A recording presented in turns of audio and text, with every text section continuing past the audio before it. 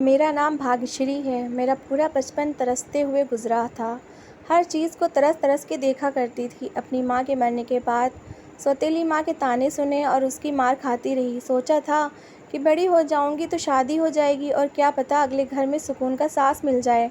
मगर मेरा ये ख्याल गलत साबित हुआ। पापा जो कि सौतेली माँ के पीछे लगे रहते थे, वो जो भी कहती बस वही बात पत्थर की लकीर बन जाया करती थी। वो मुझसे सारे घर के काम करवाती और बस 2 टाइम की रोटी मिल जाया करती थी। क्या ज़िंदगी थी मेरी। मुझे अपनी माँ की बहुत याद आती थी। सोचती थी कि या तो वो वापस आ जाए या फिर वो मुझे ही अपने साथ ले जाती तो ये मुश्किल तो कम से कम मेरी ज़िंदगी का हिस्सा ना बनती। मेरी एक ही सहेली थी जो कि बहुत अच्छी थी और मेरी सबसे बड़ी हमदर्द थी। वो मेरी मौसी की बेटी थी। सविता मौसी मेरी माँ की दोस्त थी और उन दोनों के बीच सगी बहनों वाली मोहब्बत थी। माँ के जाने के बाद भी वो मुझसे बहुत मोहब्बत करती थी। उनका कहना था कि वो मेरी सगी मासी हैं। पूरी दुनिया में शायद वो एक ही थी जिनको मुझसे थोड़ी हमदर्दी और मोहब्बत थी। उनका घर भी हमारे घर के बराबर ही था। कभी दिल करता तो अपना सारा काम ख़त्म करके मैं उनके पास चली जाया करती थी। मेरी सौतेली माँ ने मुझे स्कूल का मुँह भी नहीं दिखाया था। जब बच्चों को स्कूल जाते देखा करती थी तो मेरा दिल भी करता कि मैं भी स्कूल जाऊं, लेकिन ये सपना मेरा सपना ही रह गया था।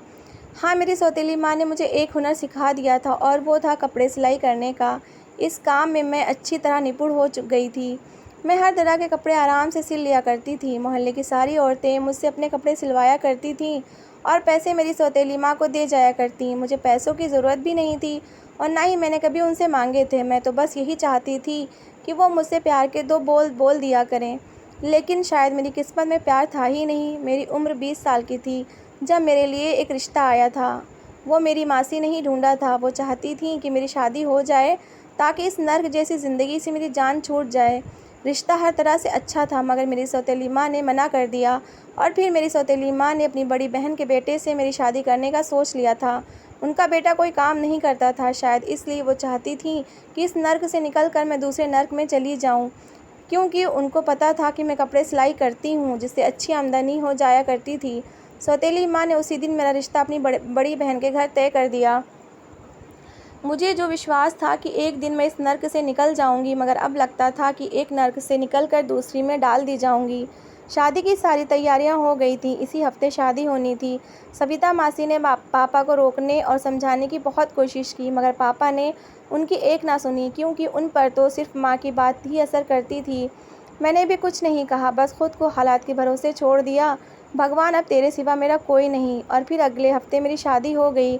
मेरा नाम किसी और के नाम के साथ जोड़ दिया गया था। सारी ज़िंदगी के लिए मुझे किसी और के नाम से जीना था। विदाई का समय भी आ गया। मेरे जाने से इस घर में किसी को कोई फ़र्क नहीं पड़ता था, इसलिए कोई मेरे गले लगकर रोया भी नहीं था।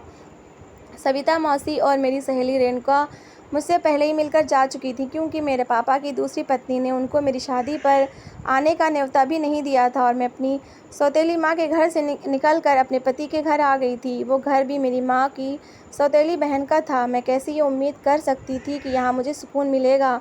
और ऐसा ही हुआ था। मेरी सास ने अगले ही दिन मुझे काम पर लगा दिया था। वो मुझसे सारे घर के काम करवाती और साथ ही साथ मुझसे सिलाई करने पर भी मजबूर करती कि तुम लोगों के कपड़े सिला करोगी, क्योंकि सास का कहना था कि तुम्हारे पति का काम अच्छा नहीं है और तुम इस घर को चलाने के लिए हमारी मदद करोगी। उसके बाद कपड़ों का ढेर मेरे आगे लगा दिया गया था। सारा दिन घर के कामों में गुजर जाता और सिलाई का काम मुझे रात को करना पड़ता था। छोटी छोटी गलतियों पर मेरी सास मेरे ऊपर हाथ भी उठाया करती थी और अलग से मेरे पति को भी मेरे खिलाफ़ भड़काया करती थी। मेरा पति भी मेरे पापा की तरह ही था। जैसे पापा अपनी दूसरी पत्नी की बातें मानते थे, वैसे ही मेरा पति अपनी माँ की बातें माना करता था। वो भी उनकी बातों में आकर मुझ पर हाथ उठाता, मारता पीटता और मुझे ये सब सहन करना पड़ता, क्योंकि मेरे आगे पीछे कोई बोलने वाला नहीं था और ना ही कोई ऐसा ठिकाना था जहाँ मैं चली जाती। मैं सोचती थी कि अब सारी ज़िंदगी इन दोनों बहनों के जुल्म ही सहन करते हुए गुजर जाएगी। काश कि कोई हल होता। क्या मेरी ज़िंदगी कभी आसान होगी? ऐसा क्या करूं जो सब अच्छा हो जाए? मेरी किस हिम्मत अब जवाब देने लगी थी। मैं थक गई थी काम करते करते और पति की मार सहते सहते। बदले में मुझे क्या मिलता था? 2 समय का खाना। मैंने कोई इतना बड़ा पाप नहीं किया था कि मुझे सज़ा मिल रही थी। मैं क्या करूं? पति जैसा भी था मगर उसको मेरी ढाल बनना चाहिए था। मुझे दूसरों से बचाना चाहिए था। वो भी अपनी माँ के साथ मिलकर मुझ पर जुल्म करता था। मुझे अपनी ज़िंदगी में खुशियाँ आने की कोई उम्मीद नज़र नहीं आ रही थी। ऐसा लगता था कि जैसे मेरी ज़िंदगी से बहारें रूठ चुकी हैं। अपनी ज़िंदगी बदलने के बजाय मैंने अपनी इस दुःख भरी ज़िंदगी से समझौता कर लिया था। मेरी सास ने मेरे घर से निकलने पर भी पाबंदी लगा दी। मेरी शादी को 3 महीने गुज़र चुके थे और ये 3 महीने मैंने किस मुश्किल से गुज़ारे थे, ये मैं ही जानती थी। रातों को जाग कर लोगों के कपड़े सिलाई करती और दिन भर घर के काम किया करती थी। मेरी इतनी मुश्किल ज़िंदगी तो अपने घर में भी नहीं थी, जितनी यहाँ हो गई थी। पापा एक बार भी मुझसे मिलने नहीं आए थे। मैं भी इसी उम्मीद में थी कि शायद वो आ जाएं, शायद उनको कभी मेरा ख़्याल आ जाए, मगर ऐसा नहीं हुआ था। फिर एक दिन मेरी सहेली रेणुका मुझसे मिलने आ गई। वो तो भगवान का शुक्र था कि मेरी सास उस दिन घर पर नहीं थी। वो मेरे पति को लेकर कहीं गई हुई थी। रेणुका को देखकर तो जैसे दिल को एक सुकून सा मिल रहा था। इतनी खुशी कभी नहीं हुई थी जितनी उसे सामने देखकर हो रही थी। वो मेरी बचपन की सहेली ही नहीं, मेरी बहन भी थी। उसने मेरा उतरा हुआ चेहरा देख लिया था। पता तो उसे पहले ही था कि मैं यहाँ खुश नहीं हूँ, क्योंकि उनको पता था कि मेरी सास पापा की दूसरी पत्नी की बहन ही तो थी। भला वह मेरे साथ अच्छा व्यवहार कैसे कर सकती थी, मगर मुझे देखकर उसे विश्वास हो गया था। मेरे मार के निशान छुपे हुए नहीं थे। मेरे इनकार के बावजूद उसे सारी सच्चाई पता चल गई थी। फिर मैंने भी उसे सब सच बता दिया। मेरी बातें सुनकर उसका गुस्सा 7वें आसमान पर पहुंच गया था। अगर उस समय मेरी सास और पति घर पर होते तो किसी एक की जान ही ले लेती। उसका कहना था कि वो अभी घर जाकर मेरे पापा को सब सच बता देगी और फिर वो खुद ही उनको देख लेंगे, मगर मैंने उसे रोक दिया और कहा अगर पापा को मेरी इतनी ही चिंता होती तो वो कभी भी मेरी शादी इस घर में ना करते और कम से कम एक बार तो आकर मेरा हालचाल पूछते। मगर वो तो एक बार भी नहीं आए और उनको बताने से क्या होगा, वो क्या करेंगे? बल्कि उनको बताने से उल्टा ये नुकसान होगा कि मेरी सौतेली माँ को पता चल जाएगा और फिर वो मेरी सास को बताएंगी और फिर इनको फिर से मौका मिल जाएगा मुझ पर हाथ उठाने का। रेणुका कुछ देर सोचती रही, फिर उसे ये भी यही लगा कि जो मैं कह रही हूँ सच कह रही हूँ। ऐसा ही होना था। ऐसा करने से मेरी ज़िंदगी और भी नर्क बन जाती थी।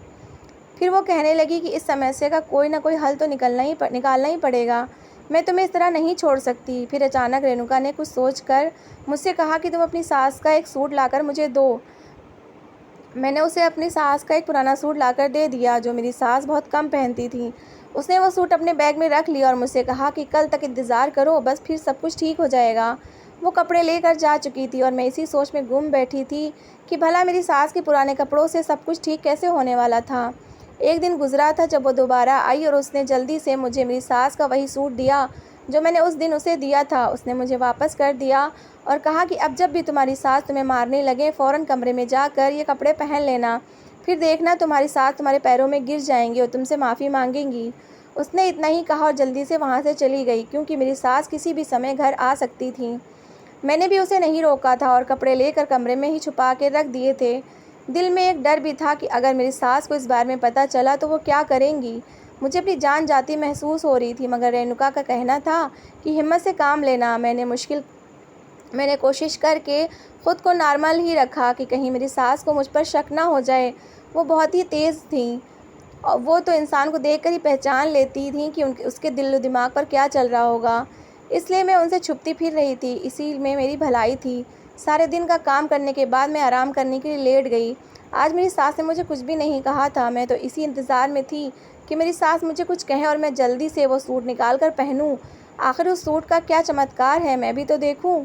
लेकिन मेरी सास ने मुझे कुछ भी नहीं कहा। मैं भी खामोशी से फिर अपने कामों में लग गई थी। पहले मैं भगवान से प्रार्थना करती थी कि मेरी सास का गुस्सा कंट्रोल रहे और वो मुझ पर हाथ ना उठाए, लेकिन आज मैं खुद ही भगवान से प्रार्थना कर रही थी कि मेरी सास गुस्सा करे और मैं वो सूट पहन लूँ।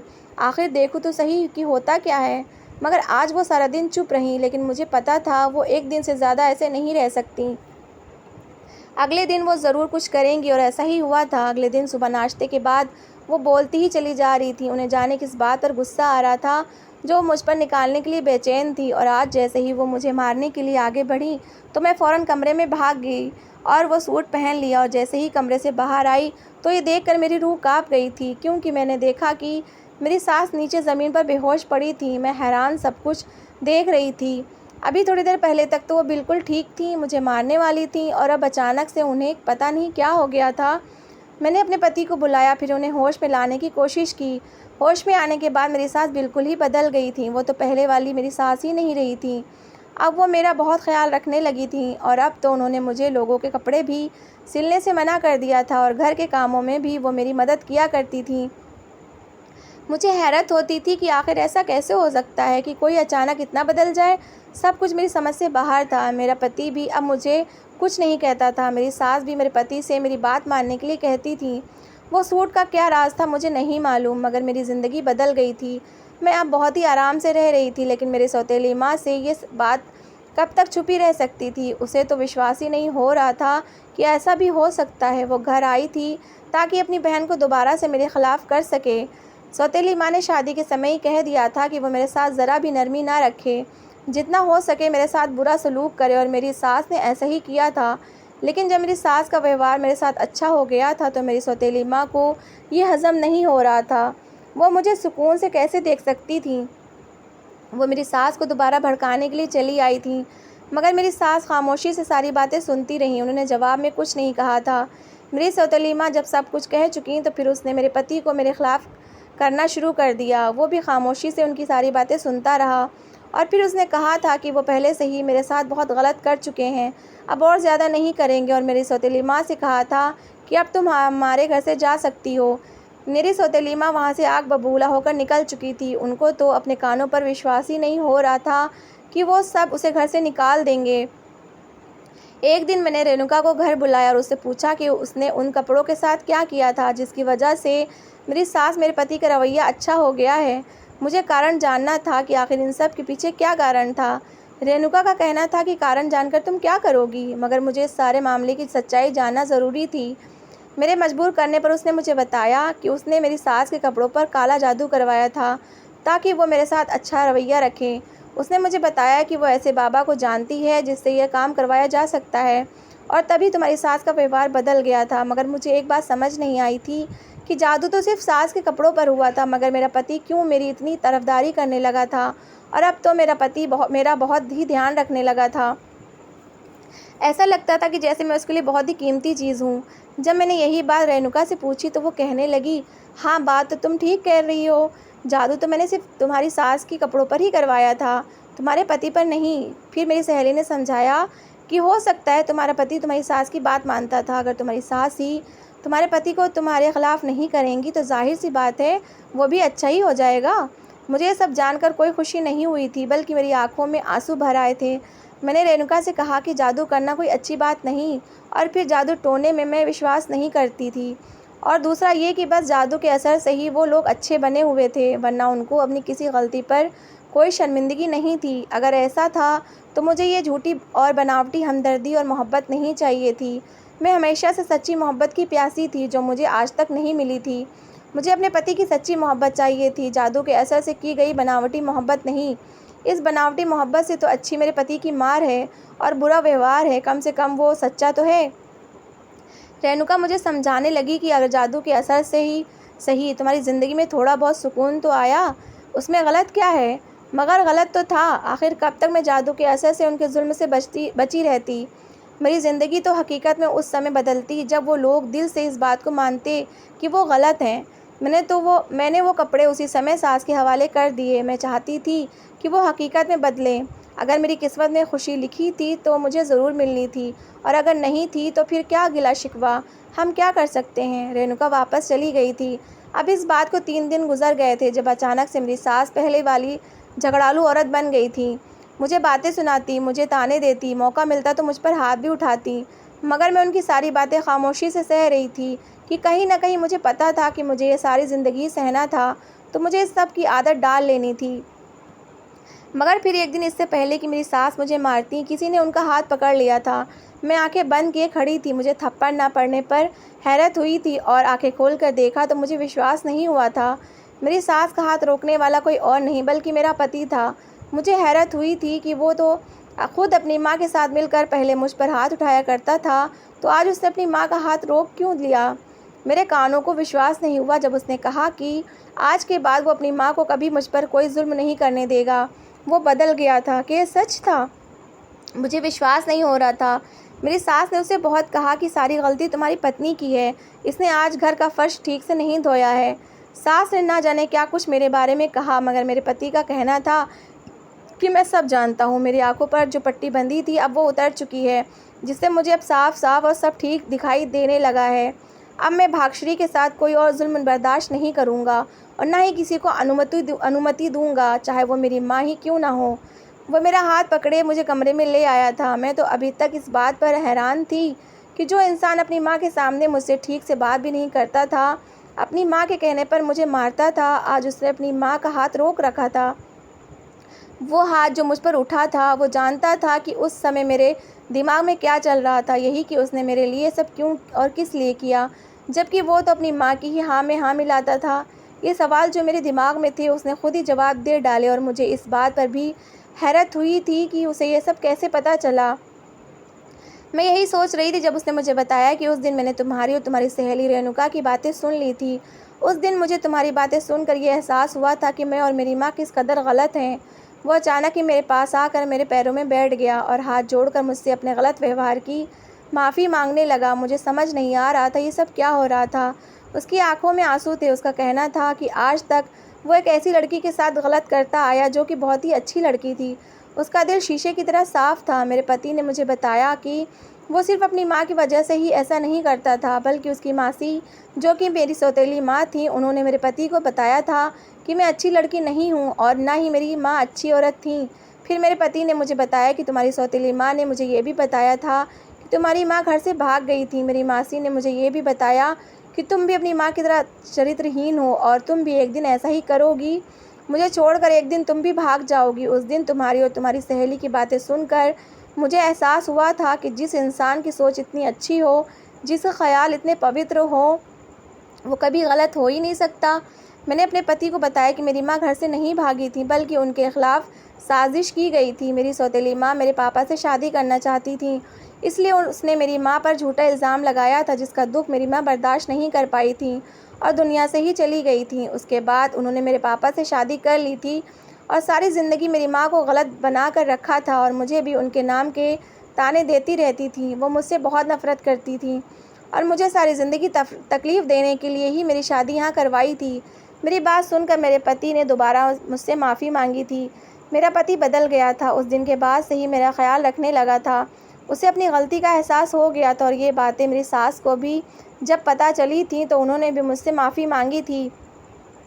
मेरी सौतेली माँ से उन्होंने मिलना जुलना बंद कर दिया था। उनका कहना था कि वो एक बेशरम औरत है जिसने अपने फ़ायदे के लिए दूसरे की ज़िंदगी ख़राब की थी। ये कोई आम बात नहीं थी। उसने किसी पर झूठा इल्ज़ाम लगाया था। पापा को भी ये बात पता चल गई थी और वो जो सारी ज़िंदगी मेरी मरी हुई माँ को गलत समझ रहे थे, जिसकी वजह से मुझसे भी दूर हो गए थे, अब वो बहुत ही शर्मिंदा थे। उनका कहना था कि उनके अंदर मुझसे माफ़ी मांगने की भी हिम्मत नहीं है, मगर मैंने अपने पापा को माफ़ कर दिया था। वो जैसे भी थे मेरे पापा थे। मगर मेरी सौतेली माँ अब भी नहीं बदली थी, लेकिन मुझे अब उनकी बिल्कुल भी परवाह नहीं थी। आज मैं अपने घर में बहुत खुश हूँ। मैंने इतने साल भगवान का नाम लेकर सफ़र किया था और मुझे उसी का फल मिल गया था। दोस्तों, आप लोगों को क्या लगता है, क्या मेरी सौतेली माँ मेरा घर दोबारा बर्बाद करने की कोशिश करेंगी? और अगर करेंगी तो मुझे आगे क्या करना चाहिए? अपनी राय कमेंट बॉक्स में ज़रूर दीजिएगा। तो दोस्तों, कैसी लगी आपको मेरी कहानी? अगर कहानी अच्छी लगी है तो प्लीज़ इसे लाइक करिएगा, शेयर करिएगा और मेरे चैनल को सब्सक्राइब करिएगा। Thanks for watching.